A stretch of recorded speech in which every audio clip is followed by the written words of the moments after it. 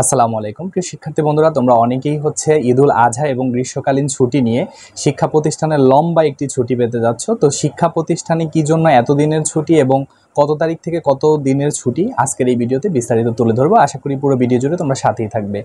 আগামী 13ই জুন রোজ বৃহস্পতিবার থেকে শুরু করে তোমাদের একদম লম্বা 17 দিনের ছুটি পেতে চলেছ। 29শে জুন পর্যন্ত এই ছুটি বরাদ্দ থাকবে। তো এই ছুটির কি কারণে তোমাদের ছুটিগুলো দেওয়া হয়েছে, 17 দিনের এই ছুটি আজকের ভিডিওতে আমরা বিস্তারিত জানাচ্ছি। পবিত্র ঈদুল আজহা ও গ্রীষ্মকালীন যে অবকাশ রয়েছে, এটা দুটো মিলিয়ে তোমাদের 17 দিনের ছুটি ঘোষণা করেছে শিক্ষা মন্ত্রণালয়। এতে বলা হয়েছে গ্রীষ্মকালীন ছুটি এবং পবিত্র ঈদুল আজহা উপলক্ষে আগামী 13ই জুন থেকে 29শে জুন পর্যন্ত 17 দিনের ক্লাস ছুটি ঘোষণা করা হয়েছে, যেখানে 30শে জুন থেকে যথারীতি অর্ধ দিবস ক্লাস চলবে এবং 1 জুলাই থেকে পূর্ণ দিবসের ক্লাস তোমাদের চালু হবে। শিক্ষা প্রতিষ্ঠান প্রধানরা জানান, জুন মাসে সাধারণত গ্রীষ্মকালীন যে ছুটি থাকে সেটা দেওয়া হয়ে থাকে। এবার ঈদুল আজহা এবং গ্রীষ্মকালীন যে অবকাশ রয়েছে তা দুটো ছুটি সমন্বয় করে এক করা হয়েছে। তবে স্কুল কর্তৃপক্ষ চাইলে ঈদের ছুটি এবং গ্রীষ্মকালীন ছুটি আলাদা করে নিতে পারবে।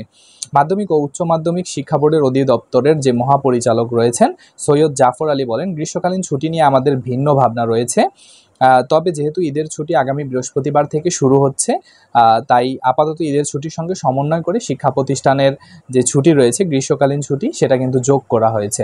অর্থাৎ আমরা বলতে পারি আগামী 13ই জুন থেকে আগামী 29শে জুন পর্যন্ত 17 দিনের শিক্ষা প্রতিষ্ঠানের যে লম্বা ছুটি সেটা শিক্ষার্থীরা পেতে চলেছে।